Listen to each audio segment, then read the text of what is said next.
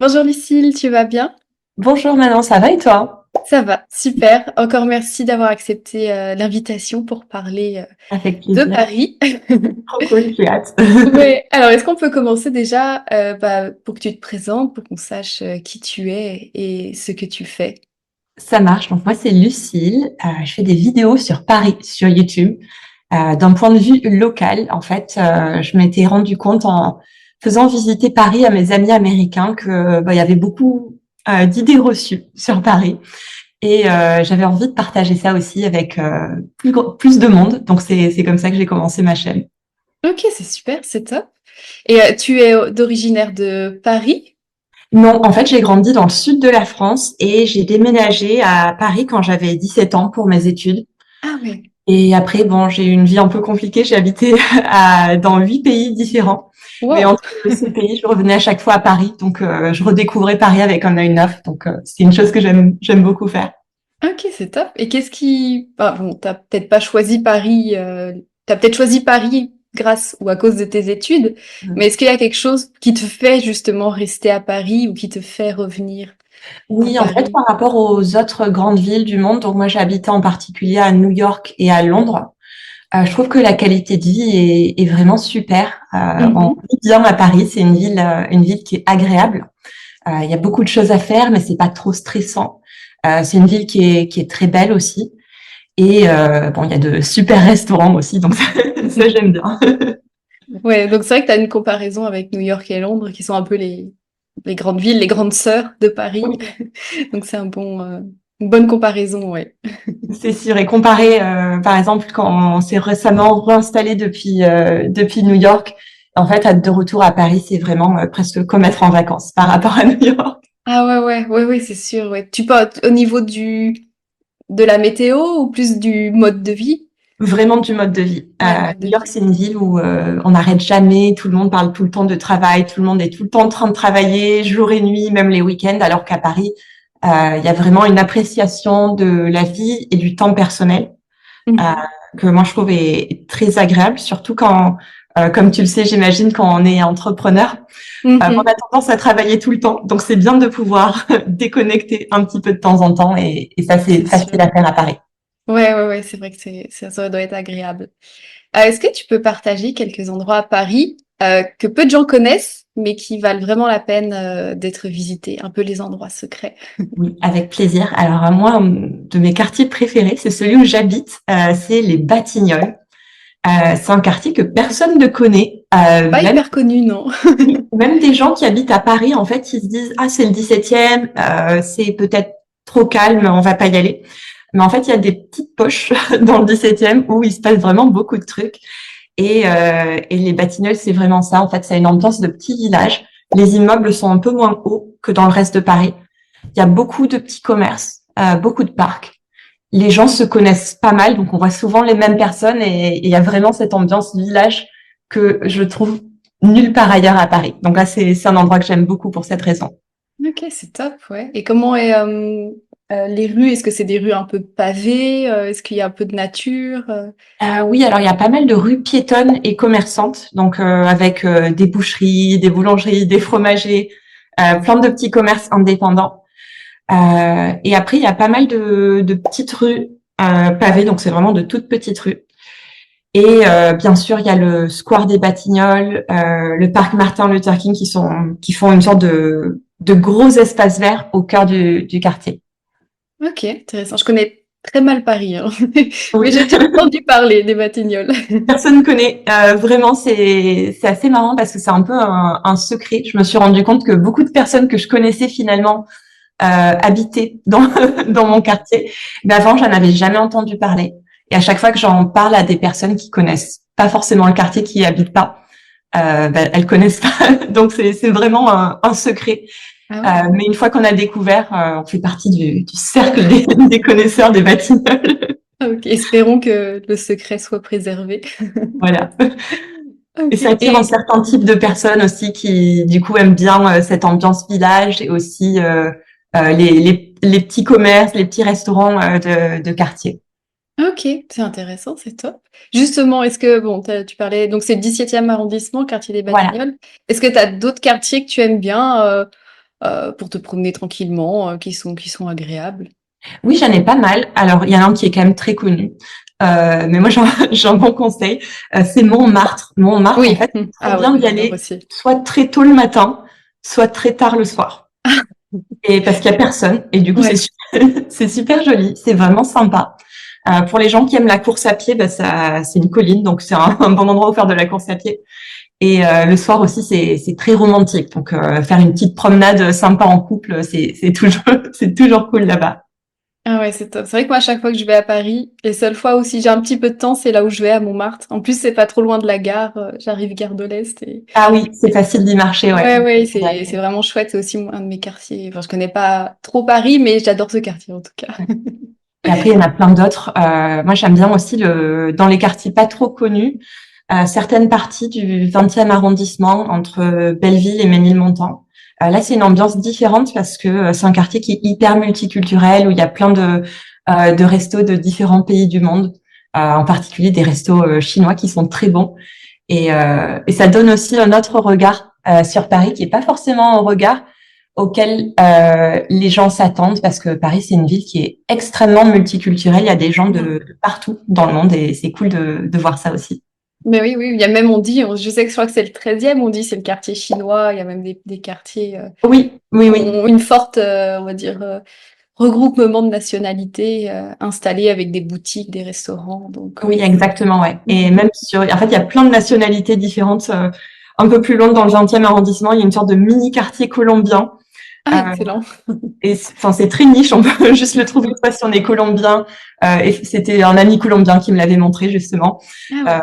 soit si on cherche vraiment bien, mais il y a vraiment plein de petits quartiers comme ça à Paris et c'est super cool de les découvrir, Ouais, c'est sûr, ça fait visiter plusieurs pays en une ville. carrément. Et est-ce que tu as des cafés ou des restaurants un peu cachés, un peu moins connus que tu recommanderais à Oui, tout il le y en a un monde? que j'aime beaucoup, c'est à Pigalle, ça s'appelle le musée de la vie romantique, c'est le café de ce musée. Ah, C'est excellent. vraiment très mignon. C'est un petit jardin. Tu pourras peut-être rechercher ça sur Google. C'est vraiment très joli. Ouais, ouais, ouais. Je mettrai des images, ouais. Voilà, il y a des fleurs partout, des papillons. Il y a une sorte de verrière aussi. C'est vraiment magnifique. Et c'est très, très relaxant. Et en fait, c'est un peu en retrait de la rue. On le voit pas quand on passe dans la rue. Et souvent, ben, on pense pas forcément au café de musée comme étant des Mhm. super endroits. Mais là, c'est vraiment un endroit super sympa pour aller ben, prendre le thé ou lire un livre, passer une Et après-midi. tu peux y aller sans forcément visiter le musée, alors. Exactement, oui. Moi, Ah. je visite pas souvent le musée, je t'avoue. C'est quoi le musée, tu as dit, de la vie romantique, c'est ça? Oui, de la vie romantique. Qu'est-ce qu'on trouve dans ce musée? C'est, je pense, sur le mouvement romantique d'art. Ah, d'accord, ok, oui, ça fait plus Voilà, mais de, c'est pas. ça a Voilà. du sens. Je pensais que c'était la vie romantique de Paris. Oui, oui, oui. Mais, le nom prête à confusion, c'est sûr. Mais je t'avoue que moi, je vais souvent, le plus souvent au café par rapport au musée. J'ai dû aller une fois au musée il y a super longtemps. Ok, super. Est-ce que tu as d'autres recommandations ou Oui, j'en ai d'autres aussi. Donc ça, c'est vraiment un endroit qui est caché à proprement parler. Mhm. Mais après aussi, il y a des endroits cachés où peut-être des gens qui sont pas français oseraient pas rentrer. Ah Parce que ouais. ça fait trop français, il y a que des gens français, il n'y a pas de menu anglais. Ah ouais, c'est typique, quoi. Voilà, c'est vraiment un endroit qui est fait que pour les locaux. Et j'encourage vraiment les gens qui regarderaient cette vidéo à y aller. Enfin, ça Bah peut oui. faire peur quand on comprend pas la langue. Mais en fait, souvent les gens arrivent à parler quelques mots d'anglais, à vous expliquer ce qu'il y a dans le menu. Au pire, on peut regarder ce qu'il y a autour de nous et pointer du doigt. Oui, oui. Et un endroit où on peut faire ça, où j'amène souvent mes amis américains qui viennent me rendre visite, c'est dans mon quartier à Batignolles, ça s'appelle le Bouillon des Vignes.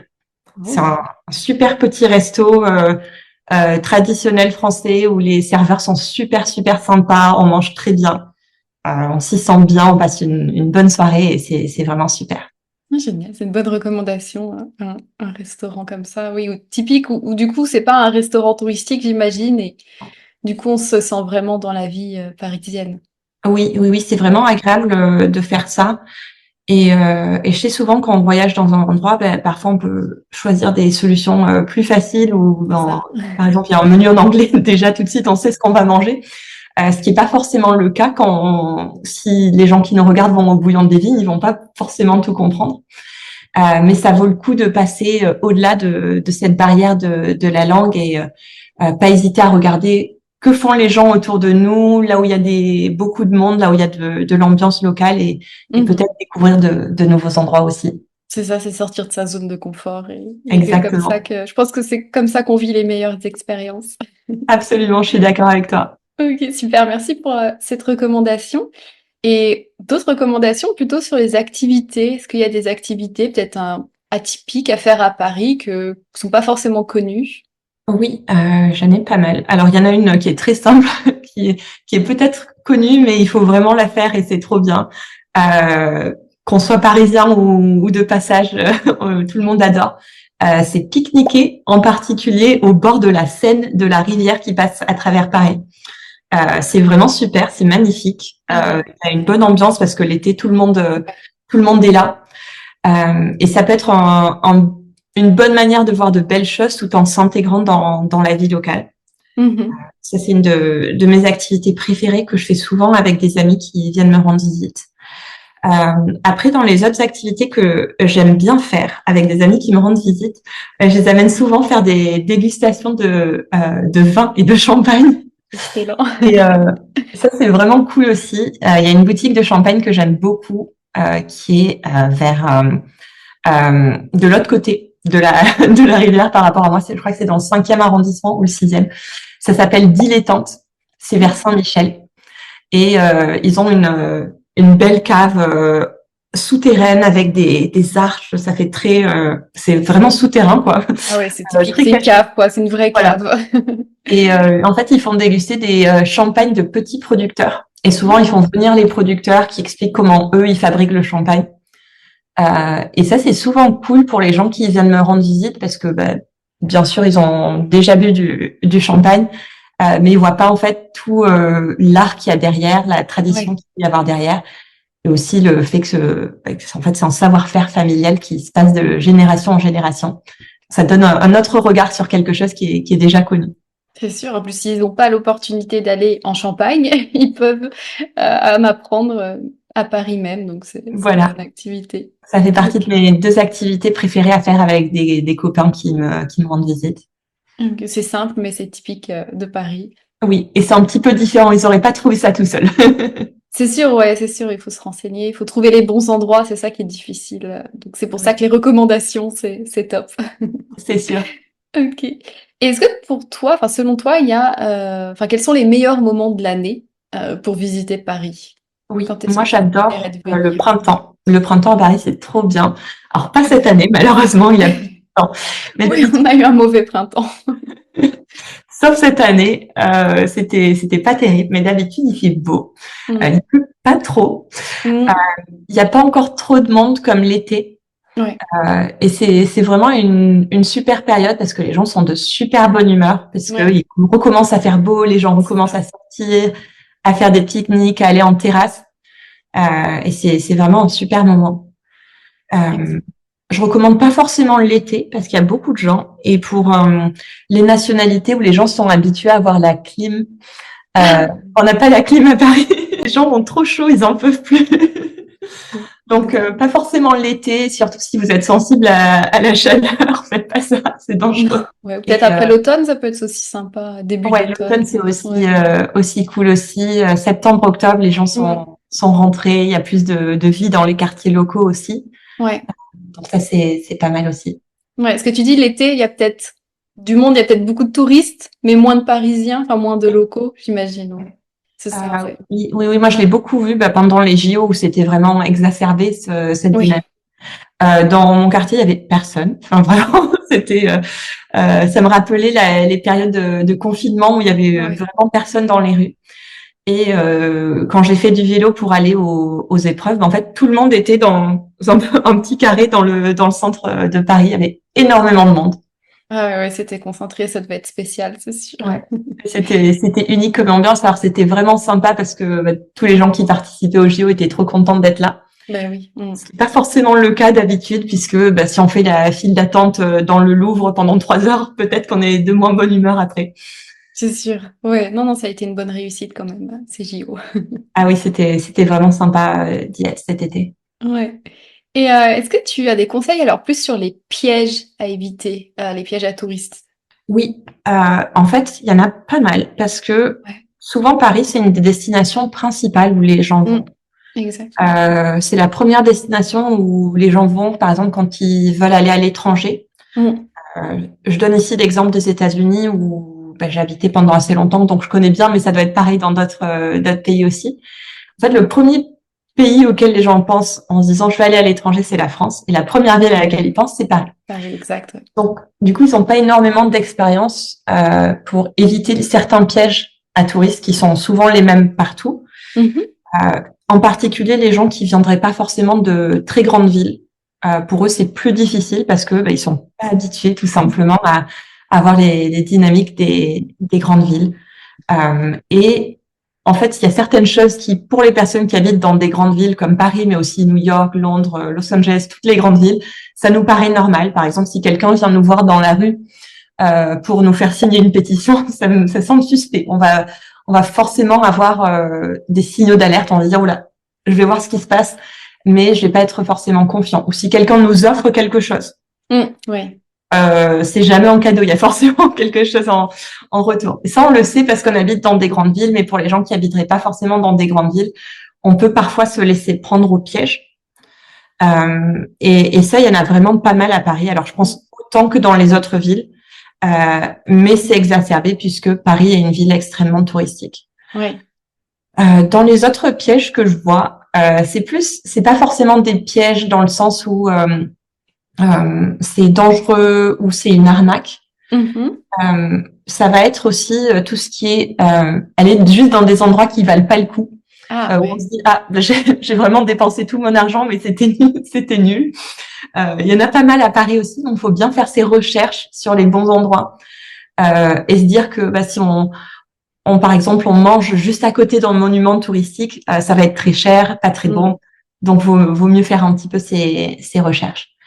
Vraiment, faut pas tomber. Et je vois l'extrême inverse des gens qui ont super peur, qui se disent je vais à Paris, je vais acheter un sac à dos technique qui va me protéger des pickpockets, etc. euh, Si ça rassure les gens, chacun fait ce qu'il veut, donc pas de souci si ça leur plaît. Mais il faut pas avoir peur non plus. En fait, si on applique quelques conseils de base de bon sens, par exemple, quand on est dans le métro, on ferme ses poches, on laisse pas son sac à main ouvert avec son iPhone prêt à prêt Ouais, à être à pris. ça, c'est pareil dans toutes les villes. Il faut juste pas faire ça, laisser son téléphone à la terrasse des cafés et partir aux toilettes. Faut c'est juste une mauvaise idée à peu près partout dans le monde. Et une fois qu'on sait qu'on va juste pas faire ces choses-là, quand on applique un peu Ouais. ces conseils de bon sens dans les grandes villes, on est généralement en sécurité. C'est pas une ville qui est dangereuse.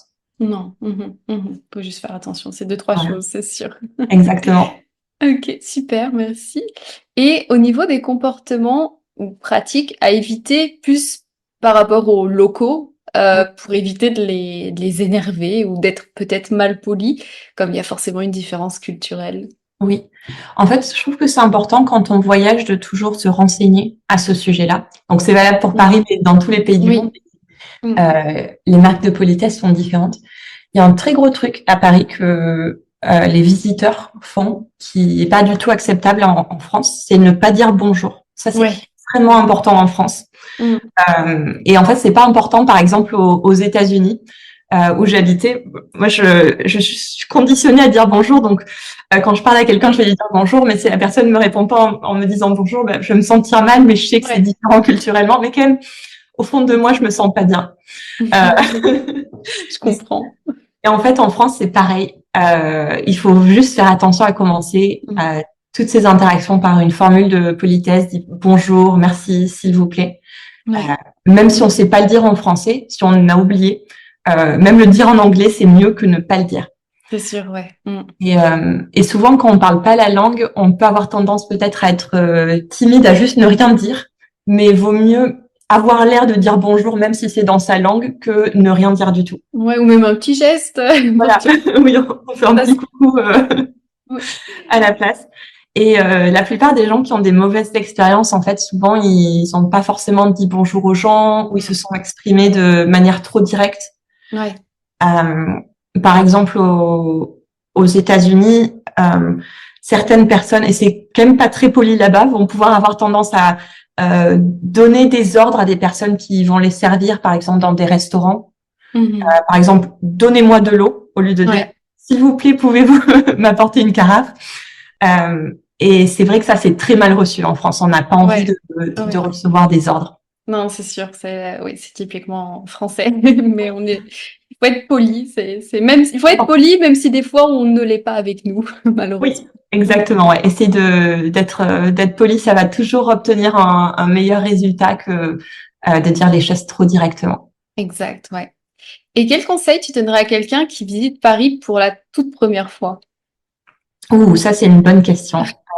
Donc le premier conseil, ça va être d'essayer de pas surcharger son emploi du temps. Il y a énormément de choses à faire à Paris. Ça fait longtemps que j'habite à Paris, je les ai pas toutes faites. Ah ouais. Faut pas se mettre la pression. On n'aura jamais tout fait. On peut passer une vie à visiter Paris. Donc, faut choisir quelque chose qui sont importantes pour nous. Et après, laisser un petit peu de place à la spontanéité, à la découverte. Chose qu'on pourrait pas faire si, en fait, on remplit son emploi du temps du matin jusqu'au soir. Et la meilleure manière d'être spontané, c'est juste de se promener. Paris, c'est une super ville pour marcher. Il y a plein de villes dans le monde où c'est pas possible de marcher, qui sont construites autour de la voiture. Ouais. Et si les gens qui nous regardent sont dans une ville comme ça, il n'y a pas besoin de voiture, de taxi, quoi que ce soit. On peut juste se promener à Paris. Et c'est comme ça qu'on découvre les meilleures choses qu'on n'aurait pas forcément découvertes par ailleurs. C'est sûr. Mais je trouve qu'il y a toujours, là où t'es, il y a toujours des choses à voir, pas trop loin encore. Oui. Donc c'est assez accessible, tout est assez accessible. Absolument. Et puis si on s'arrête un petit peu à tous les endroits qui ont l'air sympas, en fait, on va découvrir des choses qui sont même pas dans les guides ou pas sur les blogs, pas sur YouTube. Il y en a vraiment plein. Donc c'est toujours cool de trouver ces petits endroits à soi en se promenant. Ouais, c'est ça. Mais de toute façon, oui, la meilleure façon de visiter une ville, c'est de se perdre dans celle-là. Oui, carrément. Et est-ce qu'il y a des aspects de la culture parisienne que tu penses important de connaître avant de venir?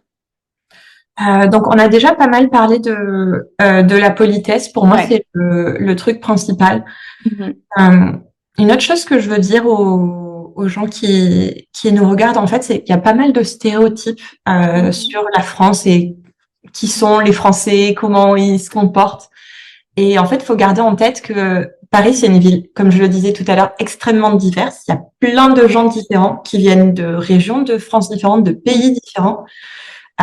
Il faut vraiment garder ça en tête parce qu'il n'y a pas juste une idée de Paris. C'est pas le stéréotype qu'on a tous en tête. Donc je vais même pas le décrire. C'est vraiment pas ça. Être parisien, en fait, c'est beaucoup plus complexe. Il y a beaucoup de gens qui sont parisiens, qui sont pas nés à Paris, même la plupart.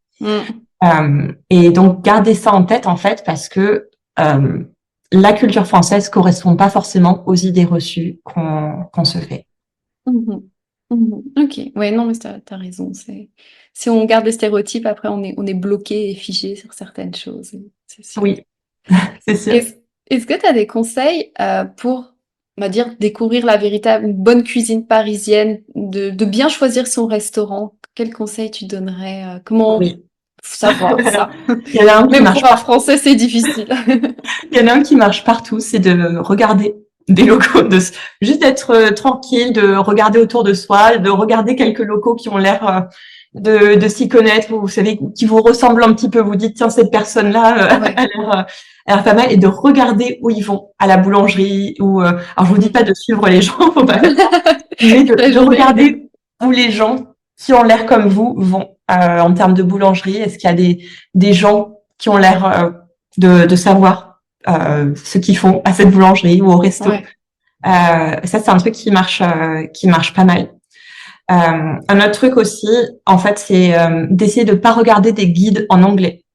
Et ça, c'est un gros truc. Nos amis américains nous disent souvent, quand ils viennent nous rendre visite, il y a souvent quelques jours où ils font des trucs tout seuls. Et en fait, ils vont au resto qu'ils ont vu dans les guides et qu'ils ont envie de tester. Et effectivement, ils nous disent, ah ben, il y avait que des Américains. Pas une seule personne française. On nous a même pas donné un menu en français, c'était les États-Unis. C'est fou ça. Parce que c'est un resto qui est peut-être très bien. Enfin, c'est pas un mauvais resto, Ouais. mais c'est un resto qui est fait pour les Américains parce qu'il est dans un guide américain. Et ça doit être pareil pour d'autres pays, par exemple des guides en espagnol ou qui visent d'autres pays. Et ce que je recommande, c'est d'aller sur des sites français et de les traduire en anglais si jamais on comprend pas tout, ou juste d'essayer de les comprendre, puisque je pense que pas mal de gens qui nous écoutent aujourd'hui comprendront. Normalement, oui. Je pense que donc je pense qu'ils y arriveront bien, mais s'ils veulent donner ce conseil à d'autres personnes, devront les traduire. Celui que je regarde beaucoup, c'est le Fooding. C'est un site qui a pas mal de restos à Paris. Ça s'écrit Fooding. C'est encore un mot anglais qui a été francisé. Comme d'habitude, on va dire. Voilà, il y en a plein. Et il y a pas mal de bons restos là-bas qui sont plus locaux, qui sont pas forcément sur les guides en anglais. Ok, intéressant, ouais, c'est sûr, c'est une bonne façon. Moi, j'ai ma petite astuce perso, mais c'est plus pour choisir un bon restaurant. C'est que je regarde les restaurants qui ont des petites cartes. Oui. Souvent, petite carte veut dire fait maison et grande carte veut dire industriel. Et à chaque fois, là, j'étais partie en vacances et pour chercher un restaurant, on a regardé les petites cartes et à chaque fois, c'était super bon. Trop bien, ouais, ça je sais pas si ça marche aussi à Paris, ouais. Ça marche aussi à Paris, ouais. Je suis absolument d'accord avec toi. Il y a tout, c'est que ça va être un mauvais resto. C'est ça, ouais, c'est qu'il y a trop de choix et du coup, c'est pas spécialité et pas fait maison et inversement. Donc, au niveau de la qualité, c'est pas mal quand même. C'est pas toujours ça. Ok, super. J'ai plus de questions. Est-ce que tu as peut-être une chose à rajouter ou aussi de dire où on peut trouver, enfin où on peut te suivre sur les réseaux sociaux, sur YouTube? Du coup, on peut souvent me trouver sur YouTube. Si vous aimez les restos, du coup, j'adore manger. Donc on me trouver sur YouTube en train de tester de nouvelles adresses et de pas mal de nourriture française aussi. Ok, super. Du coup, je mettrai les liens en description et tes vidéos, je sais plus, est-ce que tu les fais en français aussi, ouais? Je les fais en anglais. Ah, tu les fais en anglais, ouais. Okay. Je les fais en anglais surtout, ouais. Ok, super, très bien. Et merci beaucoup encore de toutes ces recommandations. J'espère que ça aidera, j'en suis sûre que ça aidera beaucoup de personnes à préparer leur futur voyage à Paris, ou même ceux qui y habitent et à découvrir de nouvelles choses. Merci beaucoup et je te souhaite une bonne journée alors. Bon, un grand merci et très bonne journée à toi aussi et à bientôt. À bientôt.